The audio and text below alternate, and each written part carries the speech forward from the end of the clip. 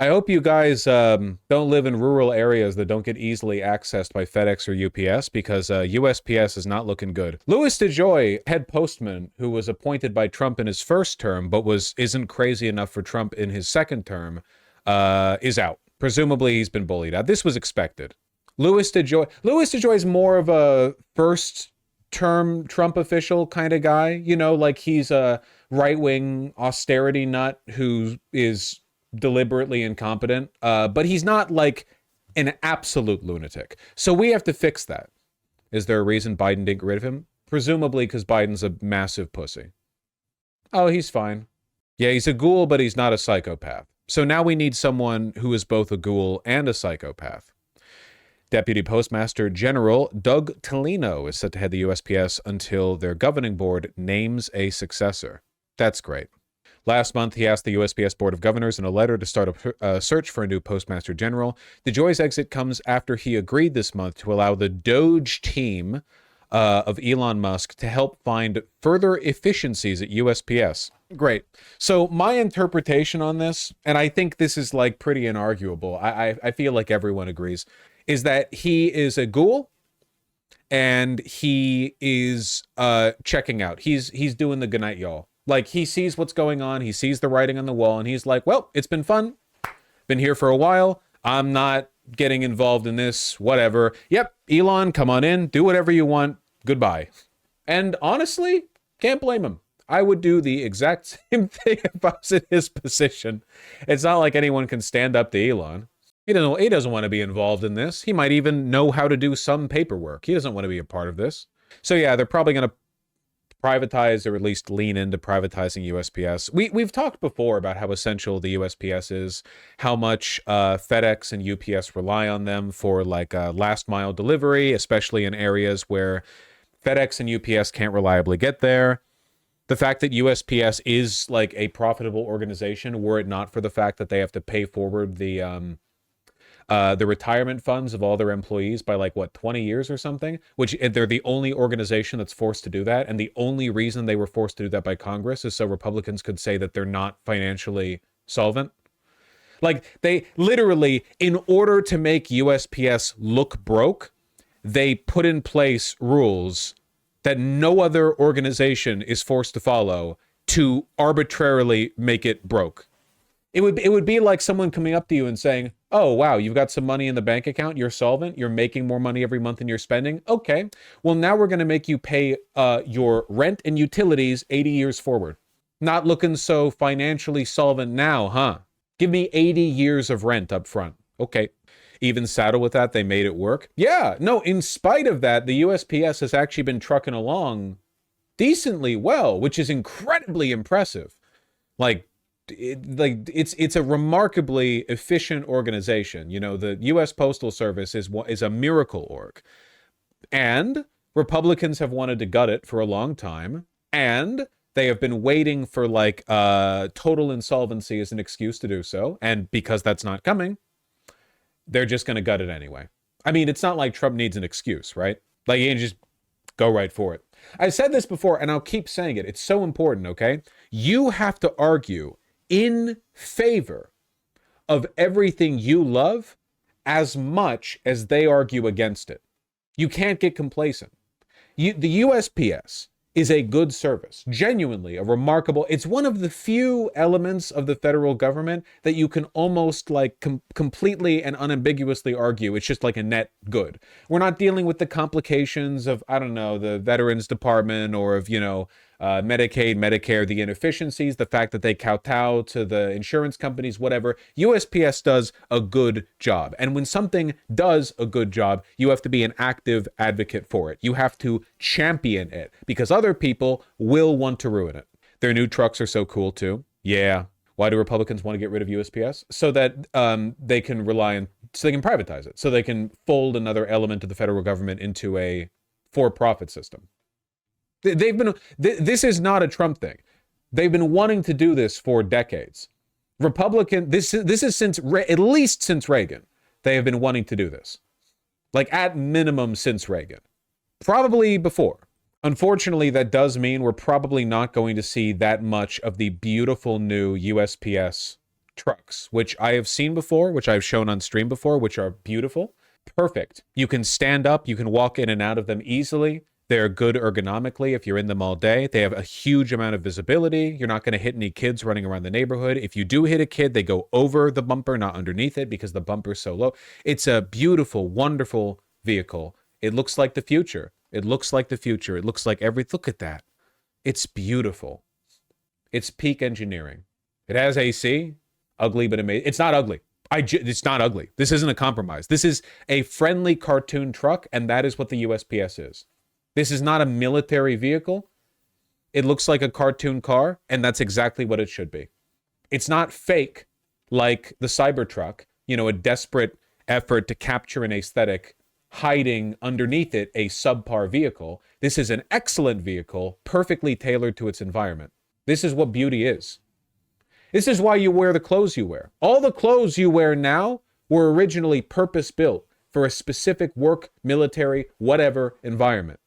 And there was beauty in their functionality. And since then, they've been incorporated. Their legitimacy is predicated on the historical authenticity of the garment. Even if you don't know how to recognize it, that's why it's there. That's why it's like that. Men's wear, at least. Women, I don't know. Women wear like doilies or something. I don't give a shit about women's wear. Anyway, what I'm getting at is that this truck is beautiful. Women do be shopping. That's like the main thing that I know about them. Oh yeah. Filling me with joy, compliment to the USPS. I was so proud of that job. You should be. If you should, and I mean this, guys, if you live in the United States, be friendly to your local postman. Every single day, there is a USPS employee in like blue shorts or whatever who goes up to your mailbox. You should be nice to them. They work their asses off. Yeah, wave high. They've probably been on your block, on your route for years, maybe decades. It's a very honorable job. More honorable than damn near any other job you can get, to be honest. My USPS mailman is MAGA. Well, then I've got good news. He's probably going to lose his job soon anyway. Yeah, the Amtrak CEO is also pulled a good night, y'all, amid threats of a transit funding pullback. Well, Amtrak sucks anyway, so... Sorry, I shouldn't talk about it that way. You have to defend the things you love. I do love the USPS. I don't love Amtrak. It sucks. But, whatever. Why not? Because it sucks. What's wrong with it? It sucks on like every level. So I'm sorry. I apologize. I've been to Tokyo, Barcelona, and now New York City. So I had brief opportunities to experience a non-subpar train network. And now there's no getting around it. I'm sorry. Overpriced, poor coverage, poor service, tardy, poor rail network, just everything's bad. But they can make it better. Can you explain for a non-American? Just imagine everything that could be bad about a train network, and it's this. It's literally everything.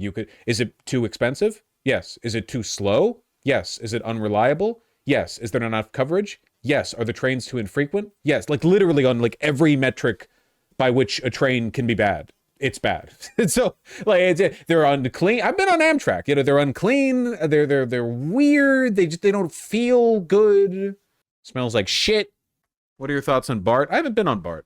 It sucks because of a lack of funding. It sucks for a lot of reasons. And don't get me wrong, it's not going to get better under Trump. BART, Bay Area Rapid Transit. It's like San Francisco, Oakland, that kind of stuff. I mean, literally, if you Google right now, Amtrak News, and I know that because that's what I Googled to find this article referring to this event, 4 hours ago, Amtrak service in and out of Boston partially restored after overhead wires catch fire. That's 4 hours ago. I'm just saying. Yeah, Ed Maria, Amtrak just posted an update saying that some train service has been restored. And you might be able to hear it right now. There's a train coming through as we speak. Let's step out of the way. You can see this is an Amtrak train here on the main line. If you take a look up above, you can see the catenary, and that's what's powering this train. Now, this is on the inbound side of the tracks heading into Boston. We're at the Hyde Park. You can kind of see it sucks just by looking at it. It's just bad rail infrastructure in pretty much every part of the country except for a few key locations. Obviously, there's New York. I hear BART is good. The Seattle light rail is both pretty okay and also rapidly expanding. I'll give credit. The Seattle light rail in the important parts during most of the day, trains come every 15 minutes both ways, takes you to most of the important parts of the city. Not enough coverage going near the Capitol Hill area, going up past the Channel.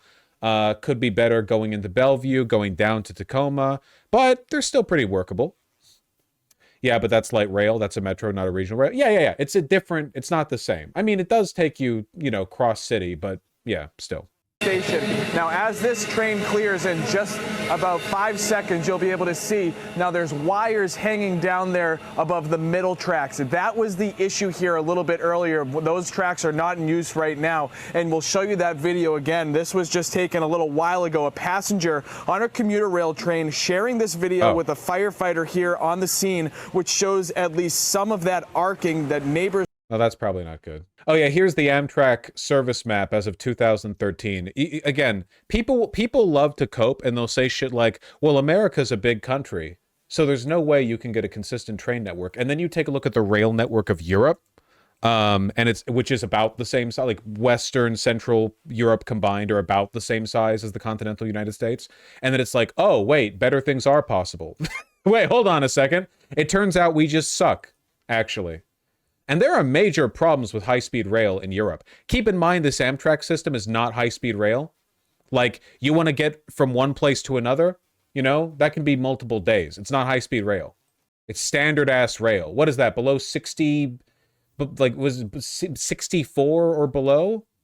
What speeds are we talking about here? 2 miles per hour, yeah. They go like 70? 70 miles an hour. That's the maximum, often below it. Here's the European high-speed rail network. So this isn't even so everything here is faster than anything here. You might notice there's a slight difference in the coverage. I mean, you want to go most places in Europe, you're probably going to find a train link to it. All around too. Look at that, man. All the way down to Turkey, all over Turkey, into Russia. Though you'd have to do a grade crossing at multiple points, but whatever. Oh, the grade lines are not high speed. But these gray lines are still okay. The threshold for high speed is 125 miles per hour. So the slowest type of line that's being graded on this, 125 miles per hour, is nearly double the maximum speed that any train system basically in the United States goes. Like the degree to which we're being mogged is unimaginable. So that's pretty cool, I guess. How good are train systems locally as opposed to long distance? Well, high-speed rail is for long distance travel. You usually use like light rails, metro systems, or like local transit locally. It's supposed to be like multi-tiered. You have multiple options going anywhere, Don't we have a pretty good freight network? Kind of. Depends on what part of the country you're in, but that's only for freight, not for passenger rail. Sorry, I'm like despairing looking at this. There's China's railway maps. Yeah, and the f***ed up thing is that they built all of these in like the past 30 years. Not all of them, but a lot of them. It's not even a joke. It's like so much of their high-speed rail. This is just railway. I don't know if it's all high-speed. I'm not that much of a student of the 21st century, but yeah, the freight train lines got cut down pretty severely by truck traffic. Now that most things are brought around by truck. And China's a lot bigger than the US. No, China's about the same size. I think we're actually a smidge bigger. Are trucks more efficient? No, trucks are a lot less efficient, actually. In terms of like energy to move all that freight, what trucks are is faster. Because you don't have to bring the truck cargo to a truck, like a shipping yard, and unload it and then get stuff moved onto trucks. Instead, you just put the shit on the truck and the truck drives there. Is high-speed rail clean for the environment? How are they powered? High-speed rails, they're usually powered electrically. They're literally as clean as you can get environmentally. Like, modern tech for high-speed rail is literally the way of the future. Like, you can move millions of pounds of freight or lots and lots of people, and all of it is on an electrified rail or with wires above, whatever. It's really good. It's really good. And it's all over Europe and it's all over China. It's just us. It's just us. In terms of like wealth and development regionally, we are the laggards. We are the ones who fell behind. Look at how they massacred my boy. Oh, decline of passenger railway service in the United States. Yeah, look at that. Look at that at the beginning. 1962 is the beginning. Look at that. Notice how the thin white lines are service daily. So for a lot of these routes, there is literally one train per day, both ways. Dashed lines down here, less than daily. There's the American train network for you. Yeah, people don't know how bad it is, man. It's like the only places that get like multiple trains a day, it's over here near Chicago, New York, Baltimore. That's it. Who cares about the train network? Well, I do, because I like civilization, good things. I like good things. I like happiness, joy, people, life. I love pussy, I can't imagine you do. I like delicious food, warm, sunny days, the sound of birds chirping. I don't know what you get off to personally. What kind of demonic freak shit makes you happy? But yeah, I care about trains and all the other things I talked about. In Illinois, trains could go 110 miles per hour now. There's nothing preventing us from having high-speed rail. It's just that legally, high-speed rail needs certain safety precautions. You need like certain tracking. I don't the exact tech. It's like an auto brake tech. I don't know what it is exactly. You need to put a little more money into the high-speed rail, and companies just won't do it. But they could do it. A lot of the rail that exists out there, it could get made into high-speed rail. Like the rails themselves could be used with a bit of retrofitting, but they just don't want to spend the extra money. They would rather just have everything run along a freight network just as is. Why invest in it? There's no money there, except there is. Freight rail is still very profitable. They just do it along like some very select lines. They don't want to invest in anything that gives them less than like a massive return.